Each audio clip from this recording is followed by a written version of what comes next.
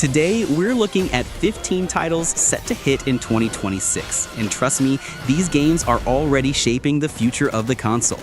Big releases, bold ideas, huge reactions from players everywhere. Some of these games have been teased for years. Others came out of nowhere and exploded online. And yes, there's one game on this list that fans have been begging for since way back in the PS4 days. So get ready. Your 2026 lineup is about to look very, very strong. Let's jump in. Phantom Blade Zero hits with this sharp, fast energy right from the jump. The whole thing moves like a kung fu movie that never stops to breathe, but you're still fully in control of every swing. You play a soul, an assassin who should already be dead, kept on his feet for only 66 days, which gives the story this constant ticking clock feel. You're chasing the truth about who set you up, and the game throws you into these wild fights where every weapon has its own flow. Dual blades snap through tight combos, heavy swords land with real weight, and the chain gear lets you whip around like you're pulling stunts on purpose. The cool part is all the motion comes from real martial artists, so every move looks clean, sharp, and believable. What really stands out is the Phantom stance. You build these ghost-like after images that repeat your attacks, so you're basically fighting side by side with echoes of yourself. It looks unreal. And the world has this dark fantasy China look with bits of steampunk gear tucked into the corners. It's strange, stylish, and unlike anything else out there. If the full game lives up to what we've seen, this might end up being the big breakout hit from China that everyone talks about.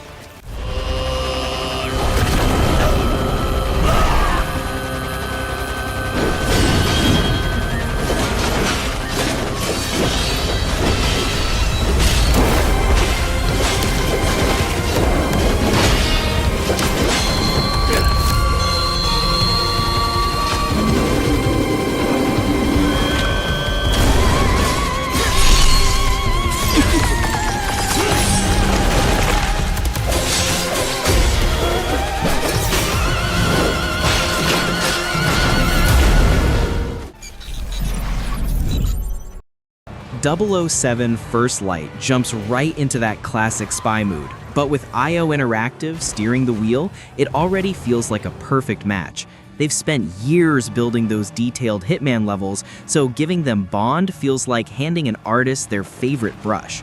This story isn't tied to any movie, which means they can take Bond anywhere they want. You're playing a younger version of him on his first real job as 007, so you get to watch him grow into the legend instead of starting fully formed. The missions sound like a mix of Hitman's slow, careful planning and high-energy chaos when things go loud. Picture sneaking through a fancy casino, slipping poison into someone's drink, charming intel out of a stranger, and then blasting your way out when things fall apart. All one run. And the gadgets? They're not window dressing.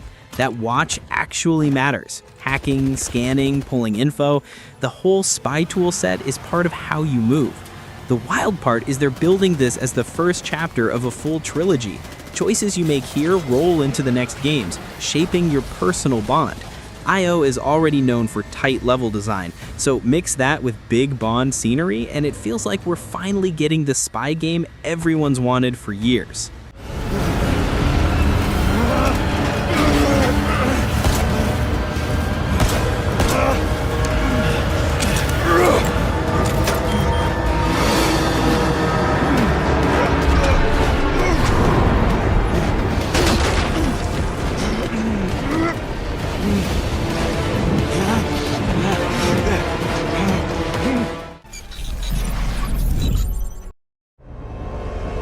Tell me what's going on. Something important.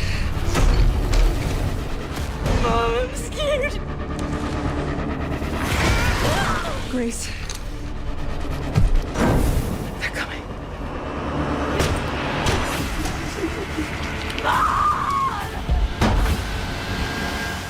Resident Evil Requiem swings for something huge. Capcom's been on fire with this series lately, and this one's rumored to pull all the main heroes together for one big finale.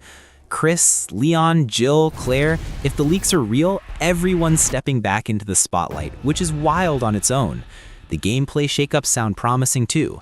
They're keeping that over-the-shoulder feel from the remakes, but mixing in new tricks to freshen up every fight.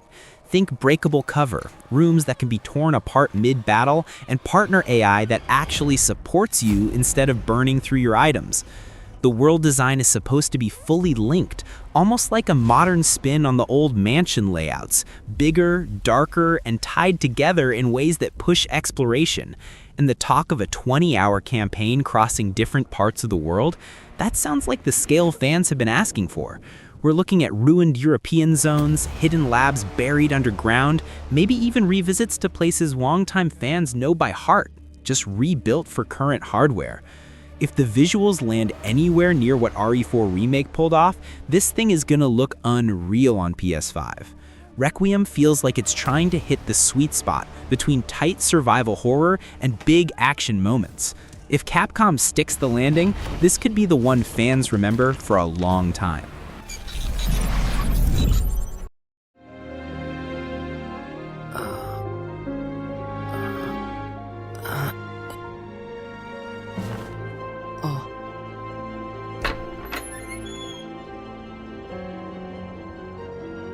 You've been asleep since you arrived in this world 7 days ago.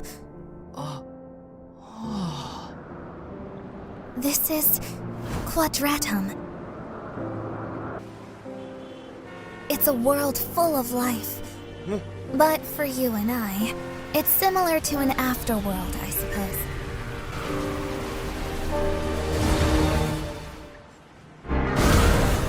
Kingdom Hearts 4 hits with this wild shift in tone, dropping Sora straight into Quadratum, a place that looks so real it almost feels wrong at first.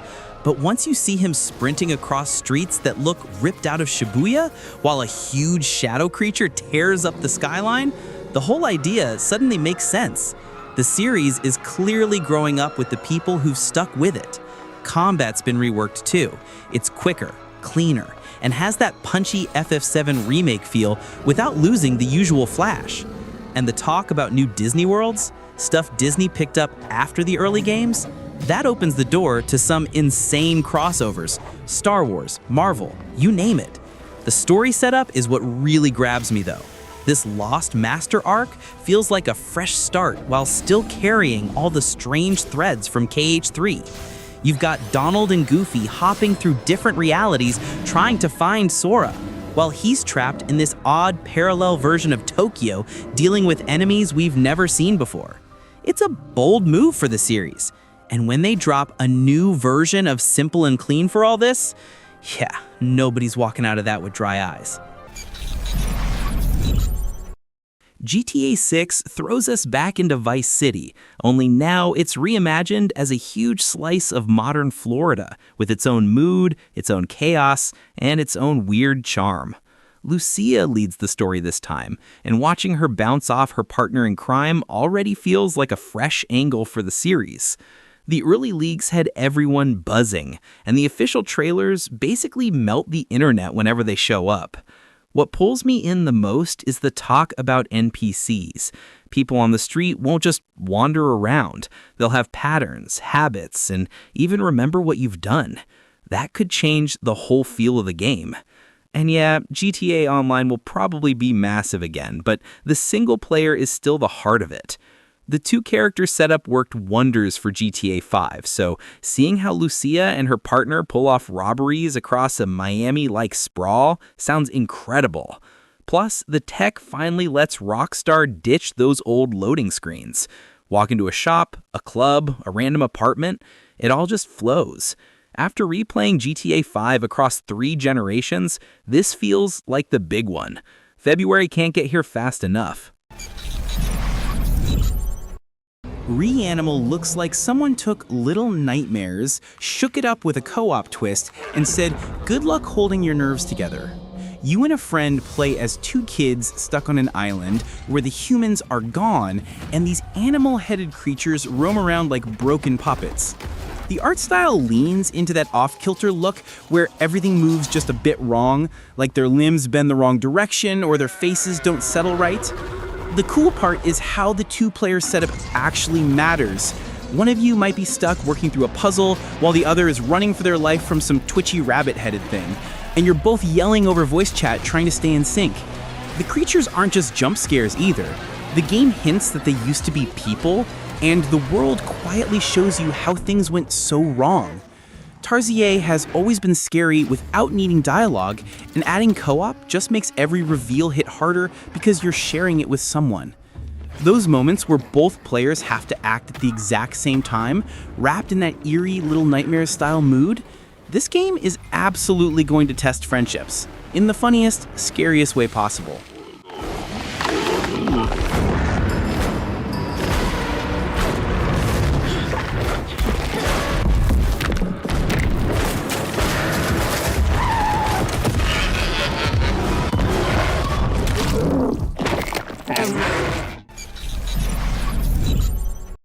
Nioh 3 comes in swinging like it's got something to prove, and honestly, it kind of does. Set right in the Bakumatsu era, the whole world sits in that strange mix of old samurai pride and new gunpowder chaos, and the combat leans straight into that clash.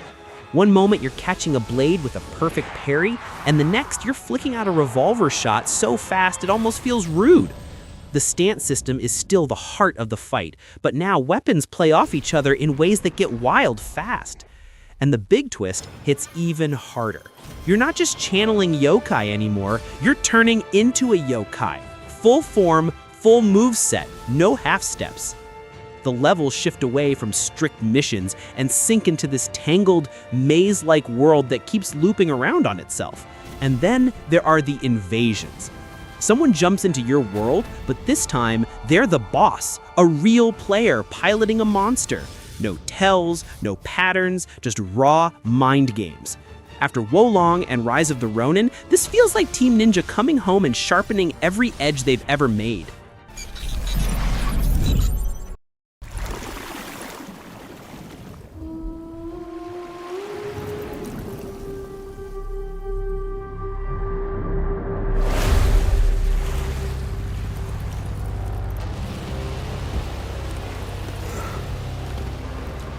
This world, this moment, this choice.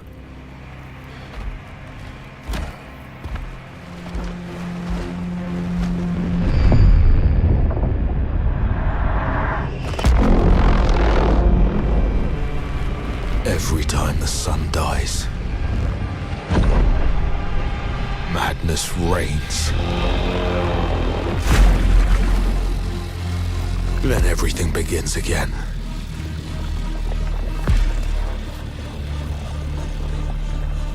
But after every death, I always come back stronger. I know that you are here, and I will find you.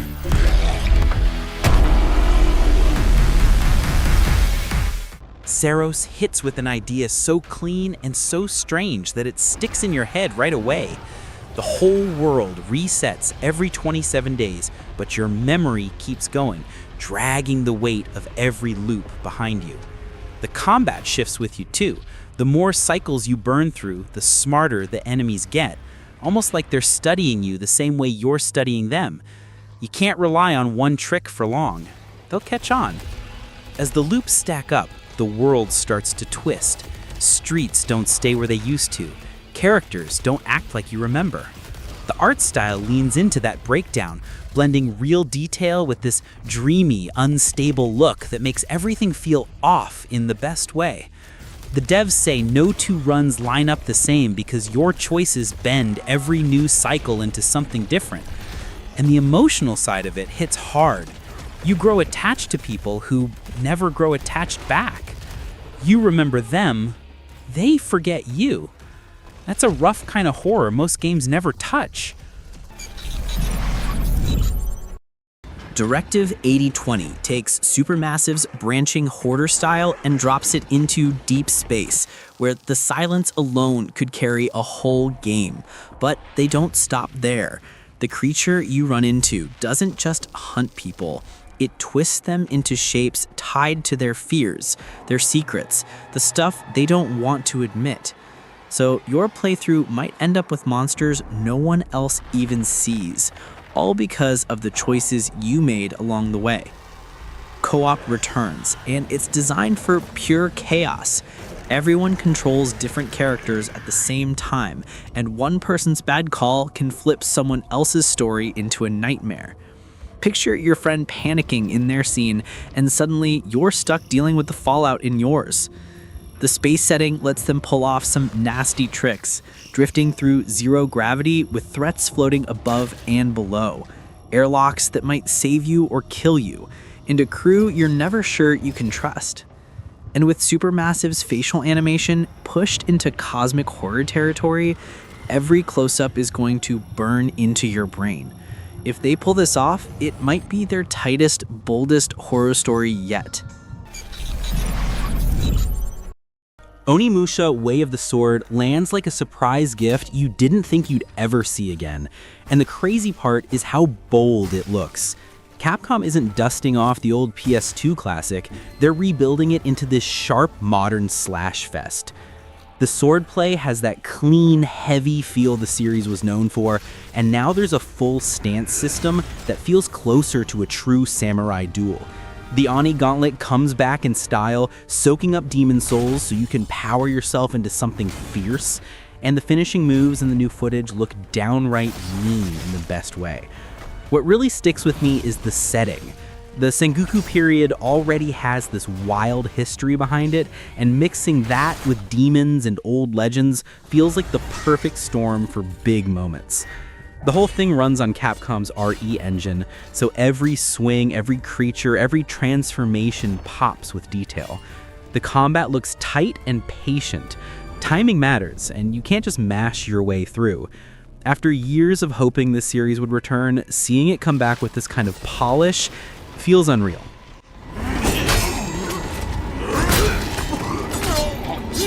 What fearsome power! Be careful!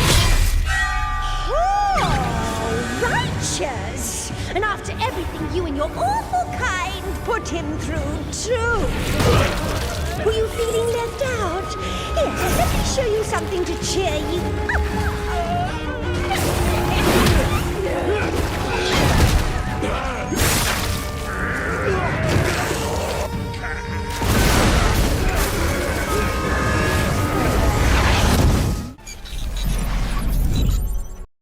Marathon jumps straight into this strange, eerie sci-fi vibe that only Bungie can pull off. You're one of these cybernetic runners tearing through a ruined colony ship, and every match plays out like a story you weren't expecting. The wild part is how the stuff you escape with doesn't just give you money, it unlocks clues and new spots to explore later. So the whole player base is peeling this mystery open together while still trying to shoot each other for loot. Movement is nuts in the best way. Wall runs, short-range jumps, weird abilities that make Destiny look tame, it all pushes you to move fast and think fast. The art style leans into this retro future mix that's cool to look at, but also kind of creepy. Empty halls that echo, biotech things hiding out of sight, players who might wave you over 1 second and drop you the next. Bungie's gunplay has always been smooth, and tying that to extraction tension feels like something brand new. And since it's free to play, everyone's gonna try it. And knowing Bungie, most of us won't stop. Alright, how are you feeling? Time jump is successful. Wherever you go, I will always be by your side. I'm not sure what's causing it. Our actions in this period have indeed altered the timeline. I'm sorry. The link won't hold. There's still hope. Your life is forfeit!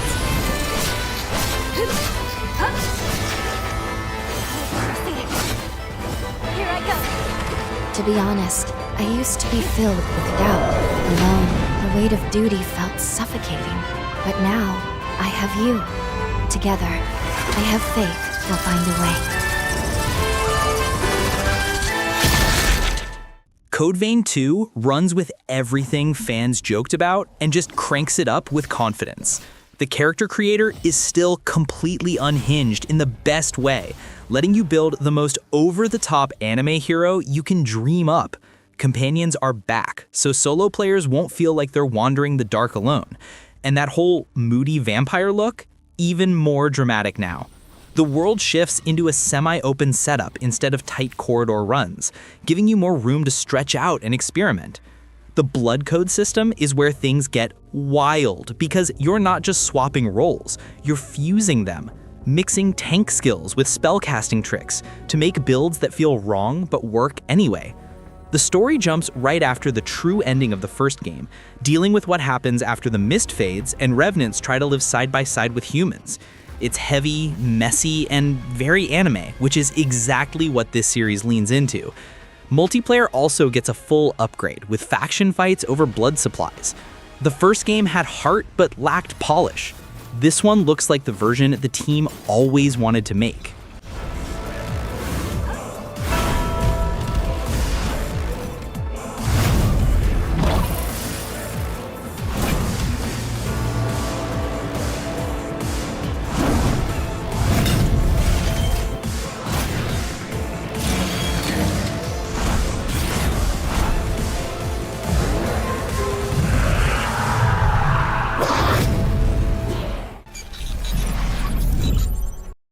Marvel Tokon Fighting Souls comes in swinging, like someone finally decided Marvel deserved a wild, full-on arena brawler. And the crazy part is it's not Capcom doing it this time. A Korean team that's been grinding in the fighting game space for years is behind it, and you can feel that confidence all over the footage. This isn't a flat 2D lane with a couple flourishes. It's a full 3D arena where you're smashing through walls, breaking floors, and tossing heroes across huge spaces like it's nothing. The roster is stacked right out the gate. Over 40 characters pulled from spots Marvel rarely shines a light on. Moon Knight, Shang-Chi, America Chavez, fighters who should have had their moment ages ago. The soul system is the part people keep buzzing about though.